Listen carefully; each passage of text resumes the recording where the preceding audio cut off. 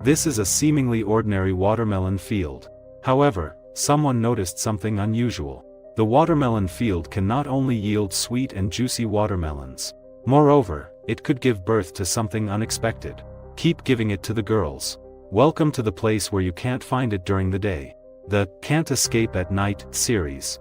Time, January 19, 2017. Location, Xiangtan County, Hunan Province.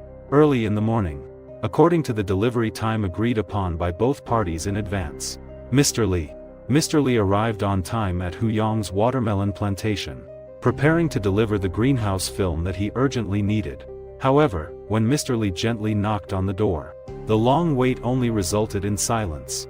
Hu Yong did not show up as agreed. Just as Mr. Lee was feeling confused, a lady who claimed to be Hu Yong's aunt hurriedly arrived. She told Mr. Lee she had also tried to contact Hu Yong multiple times, but the phone was never answered. The aunt recalled, as early as the 17th, he had tried calling Hu Yong, but what came from the other end of the line was, but it was the cold, disconnected tone. Since he was busy with farm work at the time, she didn't pay much attention to it. But now, 2 days have passed. Hu Yong is still completely out of contact. The phone is still turned off. This made her feel very uneasy. Faced with this sudden change, the aunt realized that the situation might be much more serious than she had imagined. She resolutely dialed the police, hoping the police could intervene in the investigation to help find Hu Yong's whereabouts. After receiving the report, the police responded quickly. They dispatched technicians to the scene for investigation. After a thorough examination, the technician confirmed that Hu Yong's residence had not been subjected to external damage, eliminating the possibility of illegal intrusion. The results of the scene investigation were confusing. Hu Yong's residence, the front and back doors, everything was cleverly propped from the inside with wooden sticks. It displayed an unusual calmness. Every item in the room was neatly arranged. There was not a single disturbance, or signs of a struggle. The traces at the scene, yet they did not provide a clear answer. What is even more perplexing is a few pairs of shoes in Hu Yong's home, along with a coat and trousers left in the room. This clearly does not match his usual habits when going out. The police investigation gradually delved into Hu Yong's daily habits. They found that Hu Yong had a unique way of locking the door at home. He would prop the door shut from the inside with a wooden stick to ensure safety. However, when he went out, he would habitually lock the door from outside with a key. However, in this missing person incident, the door was propped open from the inside with a wooden stick, and it was not secured with a beam. Such a method of locking the door. This is obviously inconsistent with Hu Yong's habits. This unusual detail. This raised a high level of alert from the police. They inferred this method of locking the door is likely intentional, to create the illusion that Hu Yong was still in the house. At the same time, everything in the house appeared normal. But it only made the situation seem abnormal. The locking method in Hu Yong's home. It was completely different from his usual habits. Moreover, the house was unusually tidy. This made the investigators realize this disappearance case is much more complicated than it appears on the surface. Hu Yong's aunt. He firmly believed that his nephew had certainly encountered something unfortunate. However, the police's initial investigation at Hu Yong's house could not provide more direct clues. In order to uncover the truth, the police decided to expand the scope of the investigation, centered around Hu Yong's home. Conducting a detailed survey of the surrounding people, they focused on interviewing Hu Yong's relatives and family, as well as those who had contact with him, attempting to learn from his daily habits, economic status, interpersonal relationships, and other aspects, searching for a breakthrough. After some effort, the police learned that Hu Yong is from Taizhou, Zhejiang. He has been growing watermelons in Xiangtan since 2011. He has an introverted personality. He is humble. He did not interact much with the local villagers. He had not socialized with anyone. Aside from his daily watermelon farming work, he did not make any enemies. Hu Yong mostly spent his time alone at home. Background information such as using Douyin made the case even more confusing. Was Hu Yong actually kidnapped? Or did he go out voluntarily for some reason? Various speculations swirled in the minds of the police. However, all of them were difficult to verify. In order to further investigate Hu Yong's whereabouts, the police decided to start with his phone call records. They discovered Hu Yong's aunt had the last conversation with him. This happened on the evening of January 16, 2017, around 8 p.m. The call lasted over 40 minutes. Hu Yong's aunt recalled, she and her nephew were farming in Xiangtan. He frequently kept in touch through phone calls. They would discuss matters with each other as well. On the evening of the 16th, the content of the phone call between Hu Yong and his aunt, it mainly focused on watermelon farming matters. It did not involve any other sensitive topics. The aunt repeatedly emphasized in her recollections, during the call, no unusual emotional changes were noticed in his nephew. Everything seemed as calm as usual. However, it was this calmness became the most unusual aspect of the case. The police placed particular importance on questioning Hu Yong's aunt because of this phone call. This was Hu Yong's last long phone call before his disappearance. The police hoped to uncover any hidden information from the call. Unfortunately, the aunt's description did not provide any new clues. It only further confirmed daily life of Hu Yong before his disappearance. As the investigation deepened, another puzzling clue surfaced. The police discovered while retrieving call records that Hu Yong's phone around 3 a.m. on January 17 actually made several consecutive calls to the bank, including calls to the Postal Savings Bank and Agricultural Bank, a total of 7 times. This abnormal behavior immediately attracted the police's attention. However, after further investigation, the police found that these calls were all made using the phone, and did not actually connect to the bank's customer service. Even more puzzling was that Hu Yong's bank account during this period had no transactions whatsoever. This series of abnormal actions led the police to speculate whether Hu Yong encountered some kind of emergency, that he was forced or voluntarily made the bank calls, whether someone used his phone for illegal activities. Faced with these mysteries, the police launched a comprehensive and detailed investigation.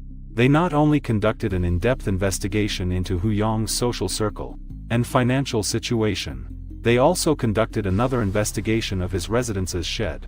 During the investigation, the police discovered a handmade wooden box against the wall. The box seemed to have some unusual marks on it. There were signs that it might have been pried open or moved. This discovery made the police realize that Hu Yong's disappearance might be intricately linked to this wooden box. Hu Yong's aunt revealed an important piece of information to the police. Hu Yong not only stored clothes in that box, but also had a habit of hiding cash inside it as well. However, when the police opened the box, they found the items inside arranged unusually neatly. Yet now, they were nowhere to be found. This discovery immediately raised the police's alertness. They began to carefully examine the entire shed and the tools inside it. In the corner of the toolbox, the police found a pair of long-handled wire pliers and a curved knife. These 2 tools had minute traces of grease that matched those on the wooden box. This discovery became a key breakthrough in the case. The police assessed that these tools were likely used to pry open the wooden box. Considering Hu Yong's personality and his daily habits, the possibility of him using violence to unlock something was extremely low. Therefore, the police speculated that, on the night Hu Yong went missing, there may have been other people in his home. Further indoor investigation results showed that Hu Yong's usual clothes, pants, shoes, and other items were left at home and were neatly arranged. There were no signs of any departure, particularly those several pairs of different types of shoes, whether they were rubber shoes for working, cloth shoes for relaxing, or formal leather shoes, were all safe and sound, lying in place. This situation was in stark contrast to Hu Yong's natural habits of going out. It further confirmed the police's theory about the situation at his house. There is speculation that someone might be hiding there. What is particularly striking is, the weather in Hunan is damp and cold in January. Anyone would find it impossible to go out in such conditions without wearing a coat and shoes. However, Hu Yong's warm clothing, such as his coat and pants, were left at home. This clearly defies logic. Based on this, the police deduced that Hu Yong likely did not leave home voluntarily when he went missing, but was either forced to stay home or met with an unfortunate incident. After conducting a thorough search inside and outside the greenhouse, the police did not find any obvious signs of a struggle, or clues such as bloodstains. This made the investigation of the case more complicated and difficult. However, the police did not lose heart because of this. They continued to adjust their investigative approach, striving to find breakthroughs in every detail. Throughout the investigation of Hu Yong's disappearance, a question that constantly lingered in the minds of the police was whether Hu Yong was kidnapped or unfortunately murdered. Why were there no signs left at the scene of any struggle he had with the suspect? Behind this seemingly peaceful scene, what kind of secrets and wickedness are hidden? Hu Yong's aunt provided key clues. She described how her nephew Hu Yong had lived alone for many years. His living space was often chaotic. The blankets were never folded. However, the police were surprised to find during their investigation the blanket neatly spread on the bed. This was contrary to Hu Yong's usual habits. This unusual phenomenon made the police speculate. What secrets might be hidden behind this neatly made blanket? Is there a hidden, unspeakable secret? To further uncover the truth, the police turned on the inspection light and conducted a more detailed examination of the scene. At the edge of the bed, they found 2 small splatters of blood. Although the color is similar to the red base of the bed, clues still emerged under the inspection light. Even more shocking is that, on the plastic film walls of the shack, similar bloodstains were also discovered. This evidence strongly suggests that Hu Yong has likely met with misfortune. Moreover, there are clear signs of staging at the scene. Hu Yong has been missing for over 4 days. Combining the known clues with the bloodstains at the scene, the police concluded that this is a serious criminal case. However, what is puzzling is that Hu Yong is usually a humble person, and has not had any conflicts with others. So, who could have had such reasons to carry out such a cruel act against him? The Xiangtan police realized the potential seriousness hidden behind the case. To this end, the police quickly gathered elite forces and established a special task force. They are fully committed to the investigation. Engaging in this time-sensitive investigation, the task force meticulously planned, divided into 3 teams to take action. The first team of police officers entered the village. For Hu Yong's neighbors, friends, and acquaintances, conducted extensive visits and investigations, striving to find clues in the details. The second team of police focused on technological methods. The police retrieved and analyzed the central crime scene, and from the surrounding area, attempting to capture any trace of the suspect. Meanwhile, the third team of police conducted a thorough examination of the trace evidence left in Hu Yong's house, carried out a comprehensive and detailed investigation through the collection and comparison of biological samples, striving to reconstruct the events of the incident. During the investigation and interviews, an important clue surfaced. Several villagers reported that around 10 p.m. on the night Hu Yong went missing, they had seen a van parked in front of the melon shed near Hu Yong's home, and the lights inside the house were bright. It seems someone is talking. This clue is like a beam of light. It illuminates the path for the police, especially the accurate observation of one mechanic. He not only confirmed the vehicle brand as Wuling Sunshine, but also detailed the characteristics of the vehicle, such as the black front bumper and Jiang series license plate. This statement begins, although the specific license plate number couldn't be remembered, but this was enough to excite the police. However, Hu Yong's residence is located in the suburbs. Social surveillance resources are scarce. Additionally, the night was deep and dark. This posed a huge challenge for the investigation. In order to find the suspect vehicle, the video team of police worked tirelessly without sleep. They retrieved video footage from the scene and surrounding areas, surveillance videos from multiple directions. They carefully scrutinized every frame of the footage. They faced a vast amount of data. They examined and compared each one. They aimed to not miss any clues. After several days of arduous efforts, the police finally narrowed down from numerous video surveillance footage. The police identified a suspicious vehicle that might be related to the case. However, due to poor lighting at night, the vehicle's specific license plate and its route, it is still difficult to identify. During the investigation of the Hu Yong missing person case, a thought flashed through the police officer's mind. The van that appeared on the night of the incident. The van with this license plate. It might be the key to breaking the case. This vehicle identification from Taizhou, Zhejiang. This immediately made the police think of Taizhou residents working in Xiangtan, especially those engaged in watermelon farming. In the rural areas of Xiangtan, vans are often closely linked with watermelon growers. They serve both as transportation means and as part of the production process. Thus, the police decided to narrow the investigation scope to these specific groups, hope to find new clues from this. However, faced with the large number of over 200 watermelon farmers from Taizhou, coupled with the upcoming Spring Festival, many people had already returned home early. This undoubtedly posed a huge challenge for the investigation work. Time was pressing, and every passing day could mean the loss of new clues. The police were well aware of this.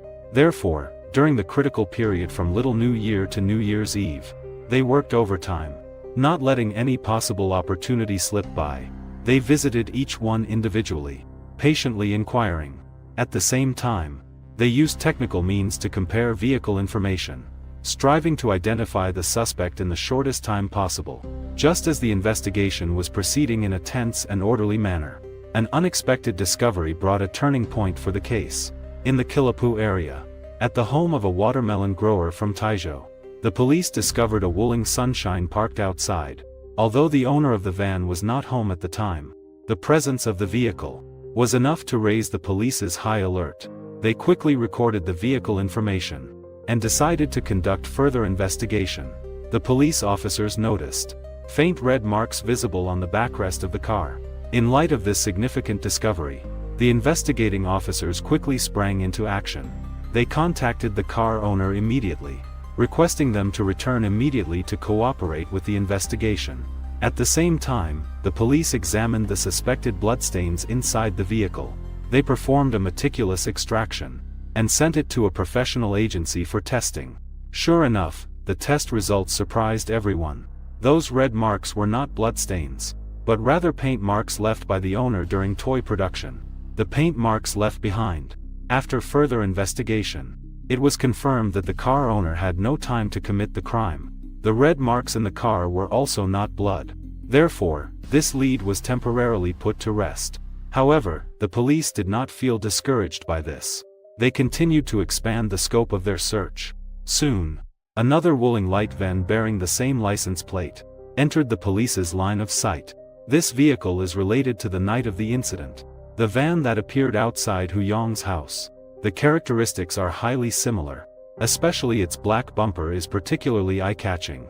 During a careful investigation of this vehicle, the officers found that the back seats of the vehicle had been removed. Instead, there was an empty compartment. What raises more suspicion is that there were obvious signs of washing inside the compartment. This unusual phenomenon. This immediately raised the police's alert.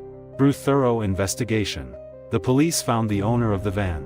The couple, Mr. and Mrs. Chiu, are from Taizhou, Zhejiang. According to Mr. and Mrs. Chiu, this vehicle is mainly used for transporting watermelons.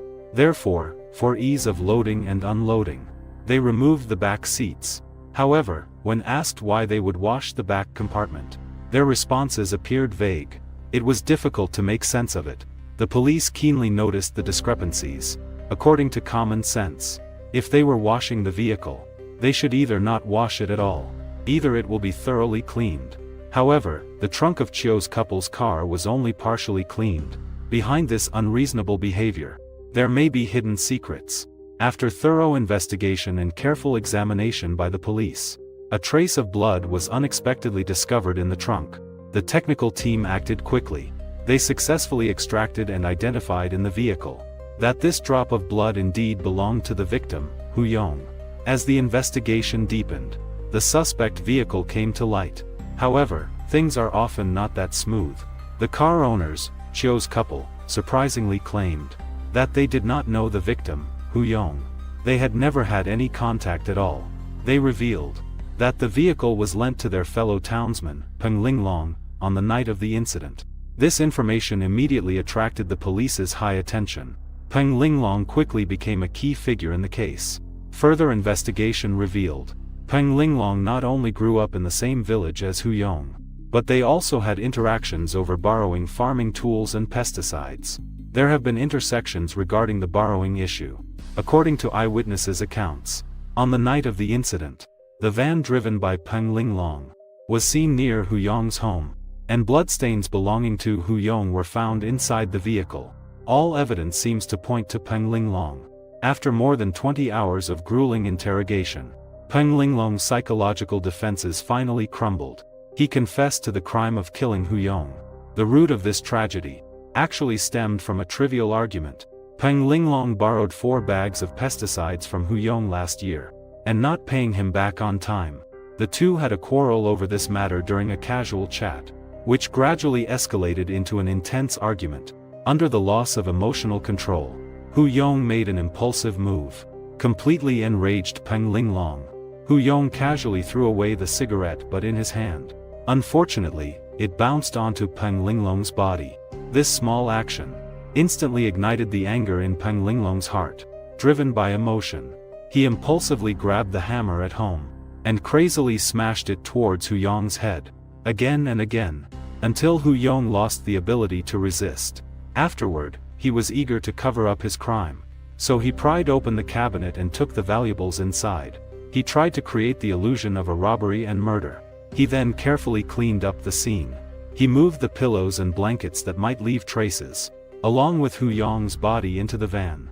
To avoid surveillance, Peng Linglong deliberately turned off the headlights, and took a detour in the darkness. Ultimately, he drove the car to the vicinity of his watermelon shed. There, he was alone. He dragged Hu Yong's body to the edge of a nearby fish pond. He submerged it in the water. In order to further cover up the crime, Peng Linglong also buried some of the tools used in the crime in the ground of the watermelon shed. The rest were discarded in a nearby river.